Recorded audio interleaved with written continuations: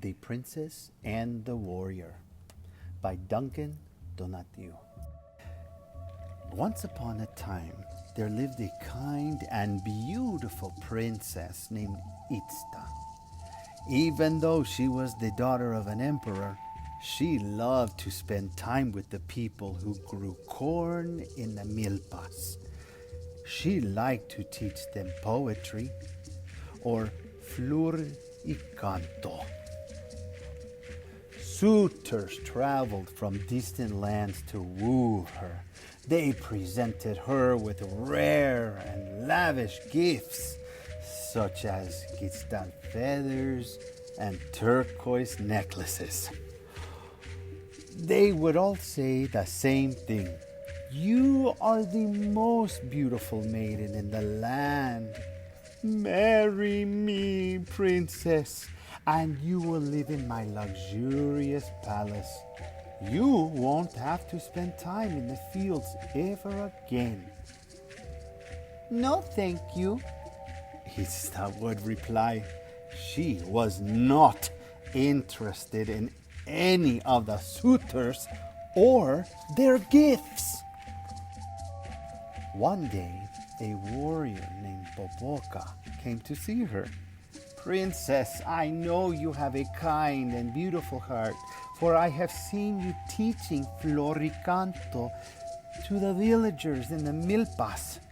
I don't have expensive gifts to offer, but if you marry me, I promise that I will love you for who you are.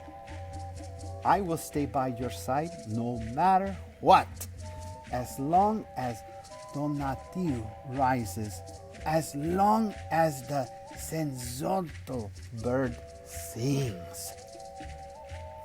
Popoka's words were music to Ista's ears. She could hear the honesty in his voice, and she fell in love with him. The emperor did not want his daughter to marry a mere soldier. He wanted her to marry a wealthy and powerful Latonai, a ruler. But he knew that Popoka was the best and bravest warrior in his kingdom.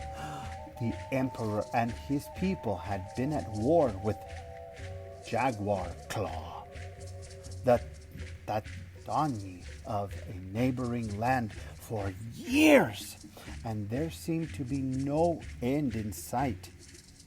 He called Popoka to him. "Popoka," the emperor said, "if you defeat Jaguar Claw once and for all, I will let you marry my daughter, Ista." Popoka and Ista were overjoyed. Popoka gathered his most courageous men and marched to war. Popoka fought numerous battles. He and his men were injured and almost defeated many times. But when the end seemed near, Popoka would always think of Ista, waiting for his return. He would defend himself with his chimali, attack with his makua, and inspire his men to fight with even more courage than before. Slowly the tide turned, and Popoka and his men began winning battles. It was clear that they would soon defeat Jaguar Claw. Realizing this, Jaguar Claw devised a plan to steal from Popoka what the warrior cherished most. He bribed one of his Popoka's personal messengers. "Tell Ista that Popoka has been killed and offer her this potion, Oxley, to soothe her grief." "Everything is lost, princess," the messenger said sadly when he arrived at the palace. Popoka and his men fought bravely, but they were defeated and killed. No, that can't be, cried Ista. She locked herself in her chamber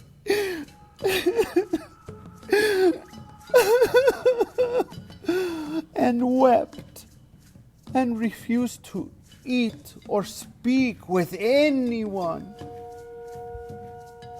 That night, the messenger came to her room. I know your heart is shattered as if it were made out of obsidian glass, he said. But take this drink, princess. It will help ease your grief. Ista took the potion and drank it all. Lying down on her bed love, she fell into a deep, deep sleep. The next day, before night fell and the first Itzlali appeared in the sky, Popoka defeated Jaguar Claw. Unaware of the lies the messenger had told, the great warrior and his troops marched back to the palace in triumph, ready to share the good news with the princess and the emperor.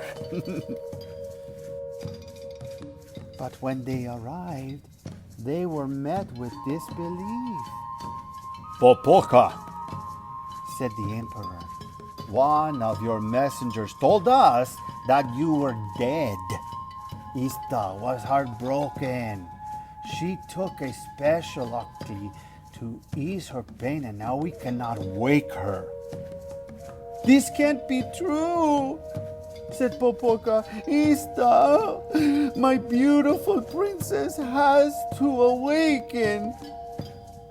He ran to her chamber. He kissed her and held her in his arms. He called her out her name over and over, but Ista did not wake up. Cool air will surely revive her, Popoka told the emperor.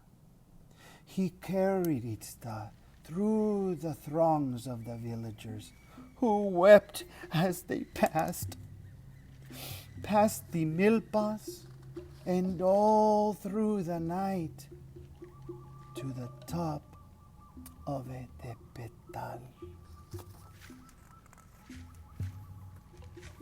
He laid her on a xochitl bed and knelt down beside her. Ooh, the cool mountain air soon turned to snow, but the princess did not wake up. Popoka refused to move. He stayed next to Ista, just as he had promised when he first met her.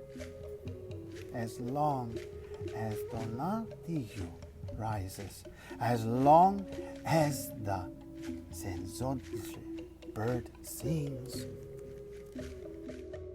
In time, where once there was a princess with her true love by her side, two volcanoes emerged. One is known as Iztaccíhuatl, or Sleeping Woman. The other one is known as Popocatépetl, or Smoky Mountain. Iztaccíhuatl continues to sleep, but Popocatépetl spews ashes and smoke from time to time, as if attempting to wake his sleeping princess.